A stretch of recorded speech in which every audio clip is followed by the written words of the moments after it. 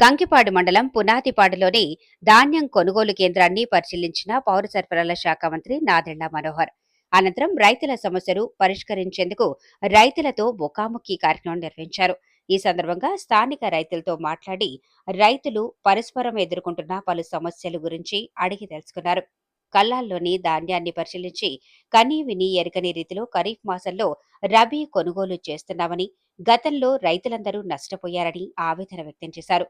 నష్టపోయిన రైతులందరికీ వెసులుబాటు కలిగే విధంగా కూటమి ప్రభుత్వం ధాన్యాన్ని కొనుగోలు చేసి ఆ డబ్బులు 24 గంటల్లో జమ చేస్తామని రైతులకు భరోసా కల్పించారు.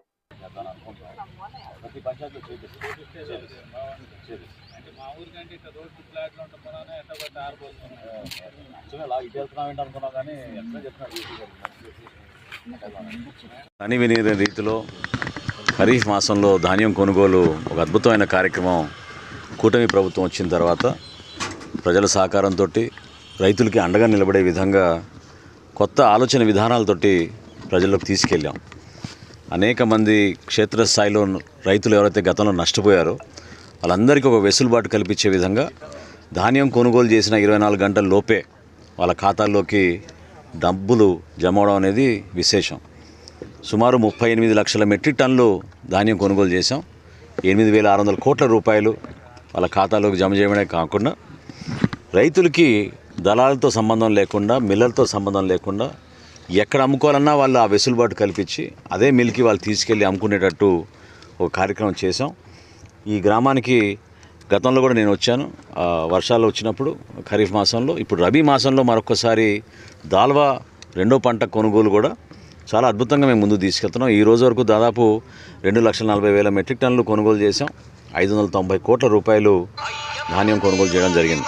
క్షేత్రస్థాయిలో మేము పర్యటిస్తున్నప్పుడు మా ఎండి గారు, మాంజరి గారు, అదేవిధంగా జేసీ గారు, గీతాంజలి గారు, అధికారులు అందరూ కూడా రైతులు మమ్మల్ని కోరింది ఏంటంటే కొంచెం గోతాల విషయంలో, ఎందుకంటే దిగుబడి ఎక్కువ వచ్చింది ఈసారి. దాదాపు 60 నుంచి 65 బస్తాలు దిగుబడి వచ్చిన కారణంగా గతంలో ఉన్న వ్యవసాయ శాఖ అంచనాల మేరకు 35 బస్తాల వరకే మేము సిద్ధంగా ఉన్నప్పుడు దానికి ఆల్మోస్ట్ డబుల్గా వస్తుందనే విషయం మొన్న కూడా నేను ఎన్టీఆర్ జిల్లాలో పర్యటించినప్పుడు అర్థమైంది.